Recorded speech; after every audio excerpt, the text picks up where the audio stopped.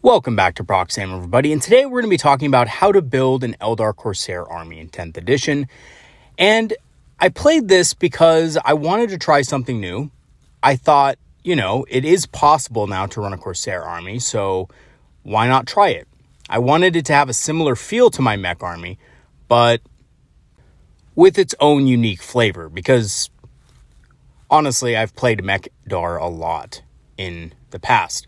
In 5th edition, I played it almost exclusively for the at least second half of it. So for several years, I was just purely playing Mechdar with, 5 wave serpents, 2 fire prisms, night spinner, whatever, with slight variations of that here and there, depending on how the meta was shaking out. But Mechdar, pretty good this edition. I wanted to try something new, and I wanted to see if Corsairs could kind of do that. And I have to say, they kind of can.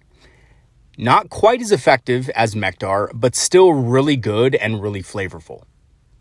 And I know I have a couple of viewers on this channel who like Corsairs, and guys, Corsairs are back.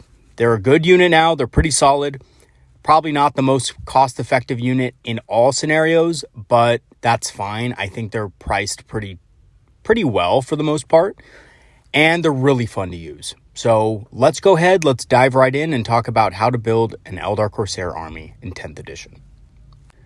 So quick overview before we begin the video, we're going to be looking at the key units in an Eldar Corsair list, basically what it needs to function correctly, the pros and cons of the list, and the general strategy behind it, and we're going to be looking at an example of a list I tried out and a deep dive into how it works.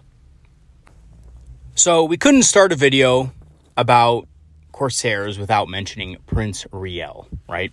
Prince Yriel is the pirate prince. He's the ultimate Corsair, and of course, the unit he joins gains +1 objective control, allowing you to hold objectives even when battle shocked. So basically how this works, I believe, is that when you're battle shocked, you're reduced to objective control 0, and then any effects that you have take place afterward.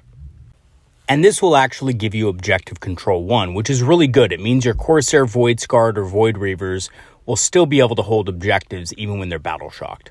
So that's a pretty powerful ability. And when they're not battle shocked, they're going to be getting just extra objective control. So essentially, your opponent can't steal objectives away from you unless they really put a lot of effort into it. He also allows you to redeploy 3 units into strategic reserve or just on the board, which is also another really cool thing because Corsairs have Scout. So this allows you greater redeployment ability and a greater flexibility in determining where you want to hit your enemy. And lastly, he has a pretty good combat profile as well. His Spear of Twilight is pretty good. I believe it has damage 3 base, which is awesome. It means he's really good at killing things like Terminators. He has a good number of attacks, good amount of AP. His Eye of Wrath probably still sucks, but it's a pistol. Now it is a pistol, I believe. So that is really cool as well. So it always should have been a pistol. I think I was talking to one of my subscribers, Nick the Noodle, about this, and he was saying that the Eye of Wrath should be a pistol. And I couldn't agree more. I think that absolutely it should be a pistol. It makes sense.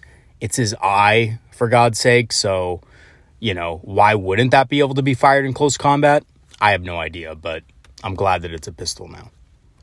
Oh, and by the way, for those of you who do not know about the old Prince Yriel Eye of Wrath, this thing is nowhere close to what it used to be. Let's just put it that way. If you're curious, go ahead and open a 4th edition codex. The one with the Autarch and the Striking Scorpions moving forward, the huge Eldar army moving forward out of a Webway Gate. That one. Check out the rule for Eye of Wrath back then and tell me that is not the coolest thing that ever existed in the Eldar Codex. Just go ahead. And I'll wait because it is absolutely awesome. Leave a comment in the comment section if you remember that old rule. It was one of my absolute favorites back then. I remember my buddy who plays Uthway, still plays Uthway to this day, played Prince Yriel for that exact reason. And of course, it was really unfluffy to run him in that list with how the rest of his stuff was painted up, but he just couldn't resist it. Prince Yriel was just so awesome. So check that out when you get the chance. And Prince Yriel is pretty good again. So I was fortunately able to pick up a copy from actually a subscriber who reached out to me and said, hey, there's this cheap Yriel that's available in this consignment case over where I live. Would you be interested in picking it up? And I said, oh, absolutely. So I picked up Prince Yriel. So now I don't have to proxy him anymore. I used to just use a old Dire Avenger proxy with the, Power Glaive and Shimmer Shield. So it'll be good to be using the real thing from now on. So thank you for that, by the way, if you're watching this video. Okay, on to Corsair Void Reavers. So Void Reavers are pretty cool. They're your basic battle line unit for Corsairs. They have plenty of special weapon options. They have blasters and shredders, which are very solid. I prefer the blasters, but you could easily go with shredders as well. They're not bad. They're torrent weapons. They can take the mighty Wraith Cannon if you take a unit of 10, which again, Wraith Cannon is very good. Not quite as good because you don't have access to Strands of Fate with these guys, but they're still decent. And you can reroll hit rolls of 1 when targeting enemy units, and all hit rolls if targeting a unit on an objective. This makes them a surprisingly damaging unit. This gives them a lot of offensive power against units that are on objectives, but more importantly, it kind of gives them a good way of dealing extra damage for their cost. So I do like them. I do think that they are a versatile unit, and they have objective control too, of course, so that always helps as well. Corsair Void Scarred are basically the same as Corsair Void Reavers. They do have an extra attack in close combat. They can take all the special weapon options plus a sniper rifle, which honestly, if you're going with the Shuriken rifles, you might as well now. The rifle is just straight up better. You can take really cool mini characters to enhance the melee potential of the unit. You can take, a Wayseeker, a Shadow Weaver. I think a Shade Runner is the other one. So yeah, they're pretty cool. They have all their own cool special rules. The Wayseeker's Executioner is very powerful with Anti-Infantry 2+, especially if you consider their special rule, which gives them lethal hits and precision against the unit you choose at the beginning of the game. So just imagine basically choosing an enemy unit with a character in it and just wiping out that character turn 1. These guys are pretty powerful, but they are a little bit expensive at 180 for the full unit. And to get all the special stuff, you do need to run a full unit. We also have the Autarch Wayleaper. So what list wouldn't be complete without this guy? So just hear me out on this. I know this guy isn't a Corsair, and technically you'd be breaking the fluff of your army by including this guy, but not really, right? If you think about it, Prince Yriel, if you're running him, you're obviously running the Eldritch Raiders, and everybody needs a first mate. I'm just saying. So every pirate ship needs a first mate. You got the Autarch Wayleaper who fills that role. He gives you a command point each round and a solid leadership buffs for units on objectives, which is good. Means they don't get battle shocked, means they still retain their objective control and can use stratagems. He also has a decent melee profile as well and has lone operative, so won't be just shot out of the sky turn 1 by any serious weaponry. We have the Wave Serpent as well. So the Wave Serpent is the pirate ship of the Raiders. It gives you protection for your Corsairs, and it's a great disruption unit. I have to say it's worked very well in my Mekdar list, and it worked very well running with Corsairs. Same kind of idea. It's an excellent bully with tank shock and can deal some mortal wounds and then force battle shock tests as well within 12 inches, of course. I personally prefer giving it shuriken cannons, but you can give it whatever twin-linked weapon you want to. Bright lances are also a very popular option. I just happen to like the shuriken cannons because it gives it a little bit more combat punch when it's stuck into combat with something. The Falcon is another great unit at supporting your army. It gives fire support and allows the disembarking unit to reroll wound rolls, which is great on Void Reavers who already reroll the hit roll. So just imagine a unit of 5 Reavers with power weapons coming out of this thing, charging an objective. And yes, you do need the ones with close combat too. If you're going to be running a full army of these guys, you're going to need to mix and match a little bit because you are going to need a way to come onto objectives at some point in the game, right? So your Wave Serpents can do it, but their objective control isn't that great. So you do need something with a little bit higher objective control to wrest those objectives from enemies. So this is great at doing that. You move the Falcon forward, you shoot the enemy unit on the objective. The Void Reavers are going to obviously get out before that so they can charge. They're going to move forward. They're 7. shoot, and then charge right in. So you do also have to be kind of close to enemy units, but with the way objectives are, you can set this up by just moving your, Falcon into position a previous turn and then, still being behind obscuring terrain. And then when your opponent moves a unit on the objective to hold it, you can then pop out and kill that unit. Your opponent's going to need to do this at some point in the game, so just be patient, just wait for the right moment to strike, and then when the opportunity presents itself, you can sweep that objective. Okay, so let's talk about the pros of running a Corsair themed list. So there are a lot of advantages and there are some drawbacks with running this style of list. The first thing is it's really fun. The models look really cool, and there are even enough bits to change your vehicle models to look like Corsairs. So there are enough extra heads in the Corsair box to change your, what would normally be Guardians in your Wave Serpents and Falcons into Corsairs. You can absolutely do this with a lot of the kits. Now, I'm not sure you can do this with every single of the older kits. I think some of the really old kits come with models that have a head that's not Corsair, but you could always do some converting, take a little bit of a, Dremel or little, hobby knife, cut off the head, put a Corsair head on there. No one will know the difference. And honestly, it would look really cool. Everything in your army also basically has Scouts 7, so can move before the battle, giving you better positioning. This is really important for this style of list because this is a style of Alpha Strike. The rules are very powerful on their own and extremely fun. Reavers get to reroll hits, and Void Scarred get precision and lethal hits against a target unit. And they come with a lot of cool weapon options, which are totally free, probably included in the cost, honestly. But they are very powerful. They do have access to some good weapons like the Wraith Cannon and blasters. However, there are cons to running this list, and it's probably because of it not the most well-rounded, super competitive list out there. But they really need transport support to survive, and they don't benefit from Strands of Fate. I think that's probably one of the killers there, is that they don't benefit from those strands. So you're going to need to rely on other units in the army to pump those dice into. They're kind of expensive points-wise. Yeah, they can do a lot of damage, but they're fragile elves at the end of the day, so they can be a little bit expensive on that front for their toughness, and they don't have a lot of character support. So normally, a normal Eldar army would have the Spirit Seer, would have the Farseer, would have the Farseer Skyrunner, I could go on. But Corsairs, because you're running them as Corsairs, you probably don't want to add any other units. Now, quick disclaimer, you don't have to run a full Corsair army, obviously. This is what I chose to run because of fluff reasons and lore reasons. But you definitely don't have to. You can mix and match. You could do Wind Riders if you wanted to. Wind Riders are a great option for supporting Corsairs. You could run them with a Farseer Skyrunner.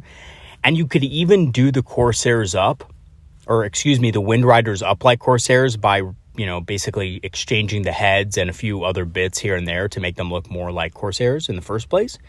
That's something you could always do. And honestly, you wouldn't even notice the difference. And they have such similar special rules that Wind Riders are almost exactly like Corsair Void Reavers anyway, just, of course, on a jet bike. So you could definitely do that.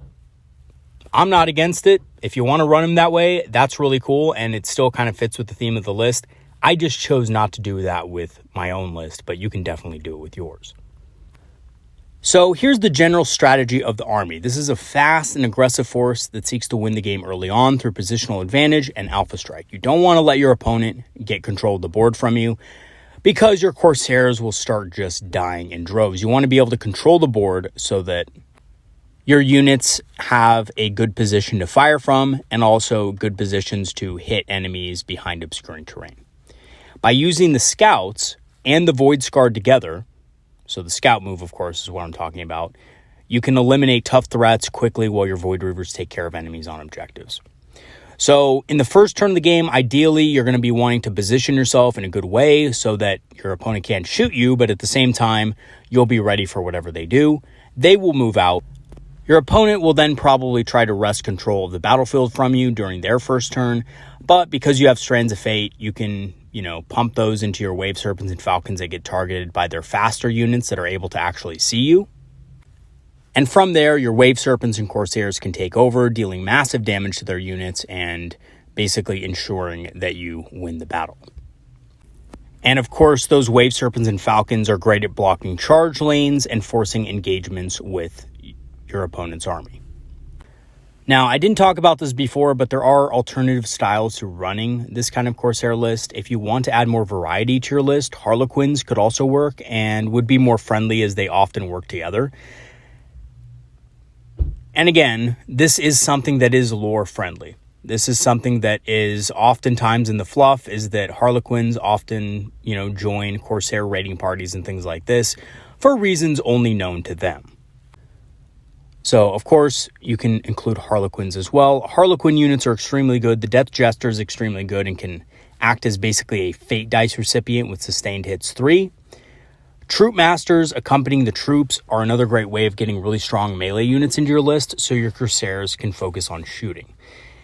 And yeah, that's the thing, right? If you do want to just have your Corsairs as shooting units, you definitely can, but you do need something for melee, and that's where the troop can come in. Okay, so here's an example of a 2,000 point list I ran and a basic breakdown of how it works. I chose not to go with Harlequins. I chose not to go with Wind Riders or anything like that. This is a pure Corsair list. The only thing remotely that is not Corsair, of course, is the vehicles, the transports, and the Autarch Wayleaper, which is obviously Yriel's first mate. So this was again used with the Battleforge app that GW released. Once again, I'm going to use it until it's not free anymore. And then I'm just going to go back to my old system because honestly, they're pretty much the same. It is convenient to have the Battleforge, but it's, in my opinion, not necessary. For our characters, we only have 2. We have an Autarch Wayleaper, Dragon Fusion Gun, Howling Banshee Mask, Starglaive, and the enhancement, the Phoenix Gem. This basically ensures that he can stay alive for 1 round. Fate Reader is also pretty good on this guy, but I prefer the Phoenix Gem personally. Prince Yriel is also in the list. He has his Eye of Wrath and Spear of Twilight, of course.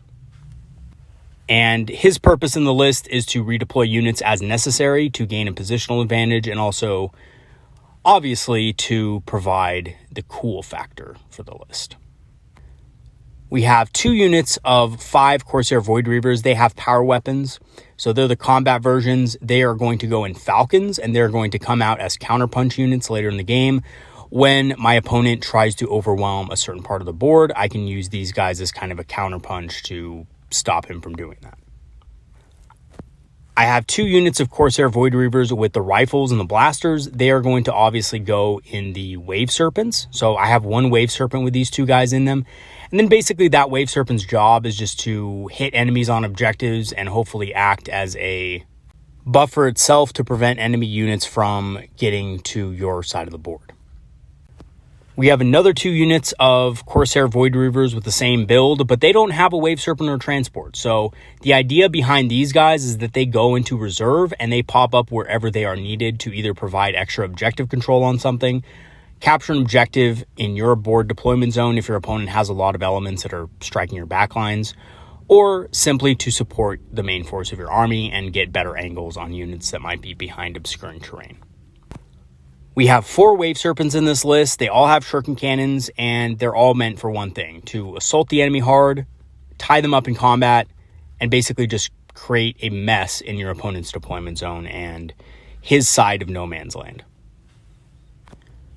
We have Yriel's Bodyguard, which is the Corsair Voids Guard. Now, these ones are combat-oriented. We have the full shebang here. We have the Soul Weaver, the Wayseeker, the Shade Runner. We have 6 Corsair Voids Guard. 3 of them have power weapons. 2 of them have blasters. 1 of them has a Falcho, and 1 of them has a Wraith Cannon. So this unit is just a power unit. This is meant to just take out 1 unit in the enemy army, obliterate it.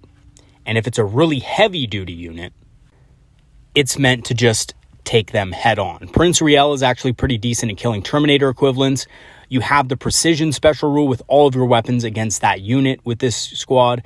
So this squad can just jump in there, destroy a character in a unit with their shooting, and then charge in and wipe out the rest. It's a very good unit, very powerful, but very fragile, so you do have to use it a little bit carefully. We have another unit of Void Guard, but these guys are basically just riflemen. They have the rifles, the shuriken, rifles, of course, the blasters, and the Wraith Cannon. They also have a Ranger Long Rifle in there. We have a Wayseeker as well with the Executioner, and Witch Staff. So this is basically purely a shooting unit. This unit is just meant to drop down, shoot a target with precision, destroy their character, and leave them badly damaged.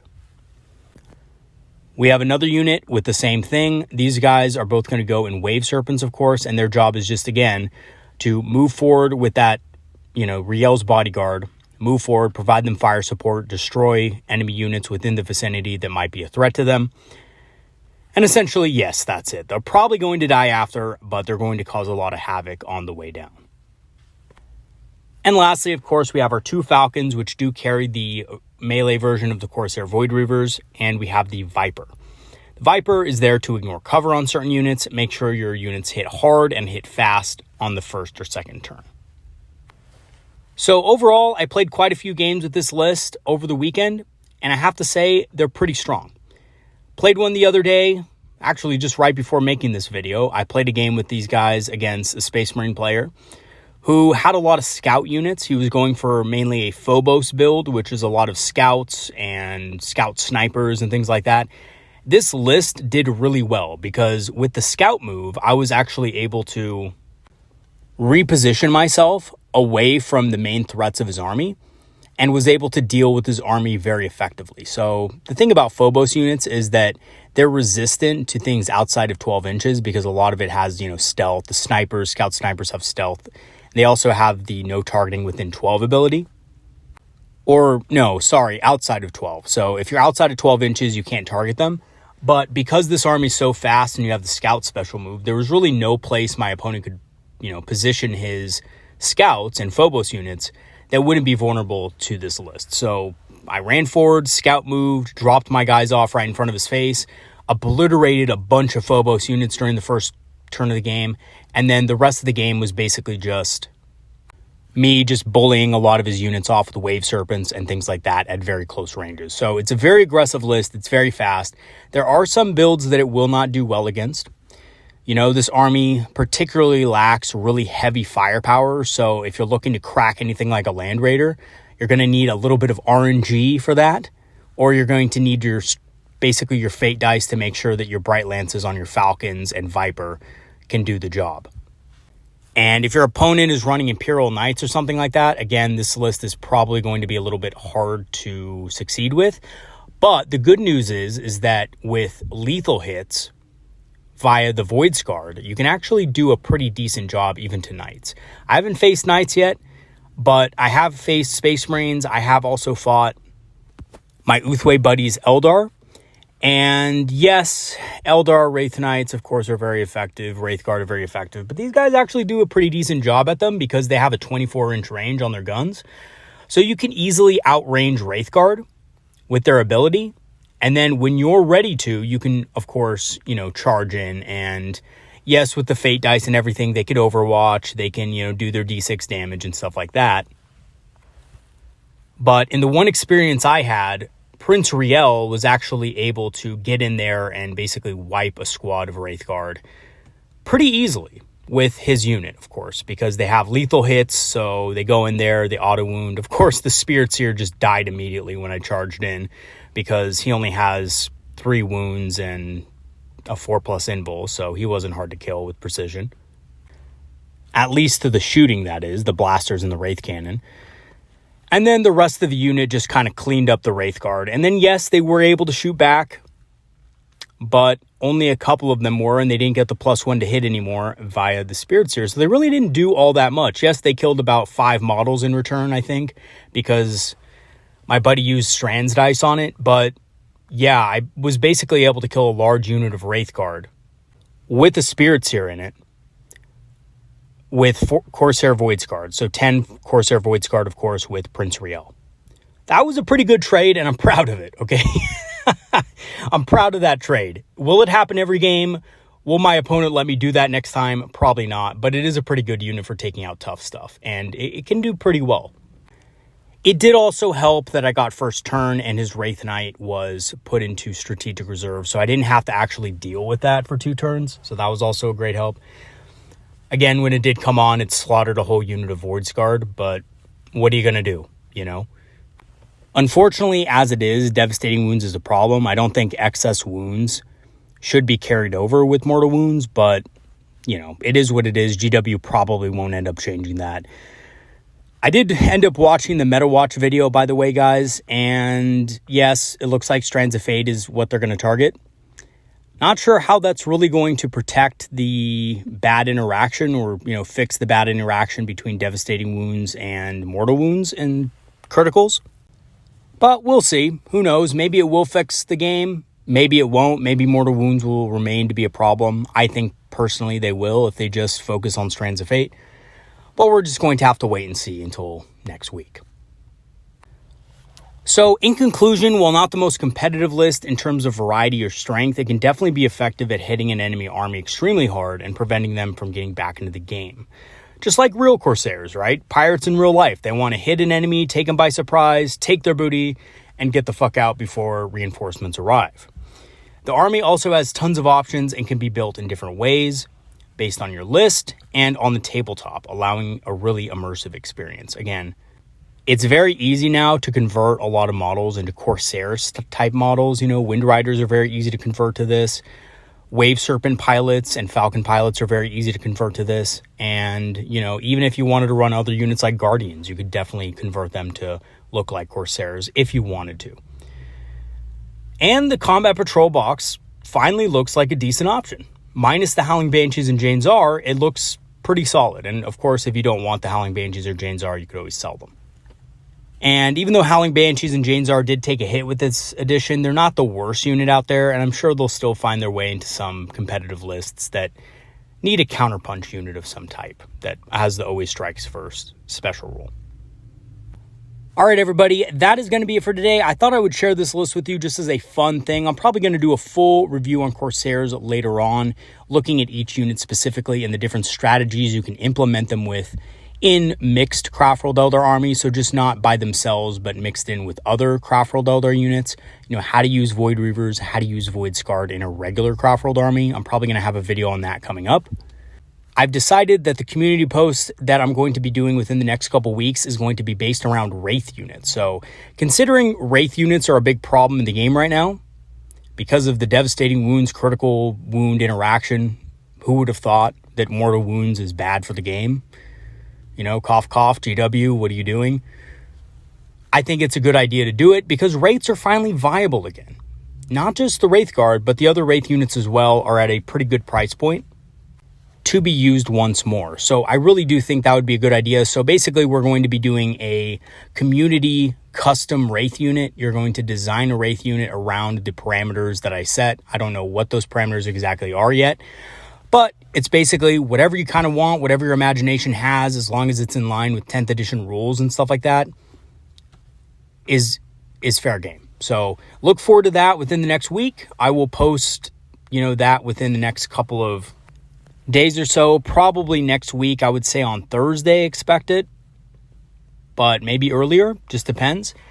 And have a great weekend full of great games, guys. I know I'm going to be playing tomorrow. I hope you guys have some fun, and I'll see you later. One last thing before I go, thank you so much to all my patrons and supporters who have helped this channel grow over the last months. Your help is really appreciated. And if you do want to support the channel further, I'll leave the links in the description for those of you who do. And of course, those would be the Patreon and PayPal links. All right, everybody, peace out, have a good one, and see you guys later.